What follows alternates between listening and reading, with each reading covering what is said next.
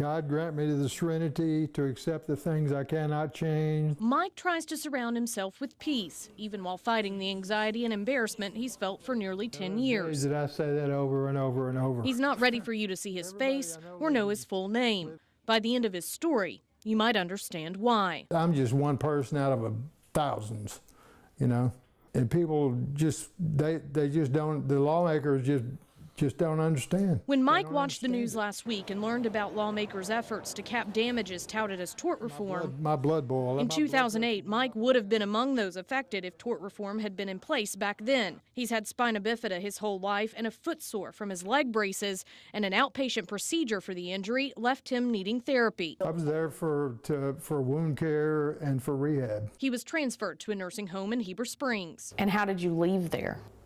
I left there on a stretcher in severe pain. According to Mike, in court records, his nurse failed to insert his catheter properly. None of the staff noticed until they heard his screams from the bathroom 3 days later. Nothing has ever hurt me that bad. I mean, it was just a screaming, nonstop pain. The nurse hadn't inserted the catheter into his bladder. The balloon had stopped inside his penis, tearing a hole, leaking blood and urine that turned into gangrene, which spread through his genitals to his scrotum. He was rushed to Spring Hill Baptist in Little Rock. I had to have surgery and I had to be castrated. That was the worst day I've ever had.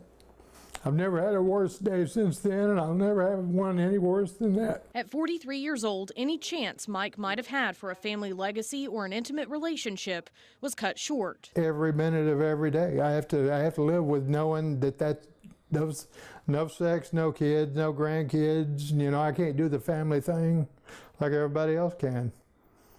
I just deal with it. Would you take $500,000 if I was sitting here cleaning my pistol and shot your privates off so you couldn't have a sex life? Representative Doug House, who represents Mike's district, posed that question to fellow lawmakers as an outlandish possibility. No sex, rest of your life. Sorry, feel real bad about that.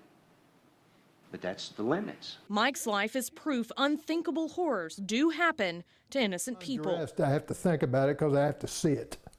That's it, you know. I have to see the damage and the scars and everything else. He endured 7 surgeries, spent 7 weeks in critical care. He nearly lost it all. I almost died. I was right at the edge of death when they got me to North Little Rock to the hospital. Having survived, he has to take daily testosterone. A catheter now runs through his stomach to a leg bag he must wear around the clock to empty his bladder. And he'd be lying if he told you he hadn't wondered if it was worth it. I still got a reason to live, but I got a little bit less reason to live. But it hadn't gone far enough for me to put a bullet in my head. State Senator Eddie Joe Williams also represents Mike's district. He's been a staunch supporter and co-sponsor of the tort reform effort and voted in favor on Wednesday. Trade places with me for about a week, and I said, you wouldn't even make it a week. You would change your mind about what you're doing.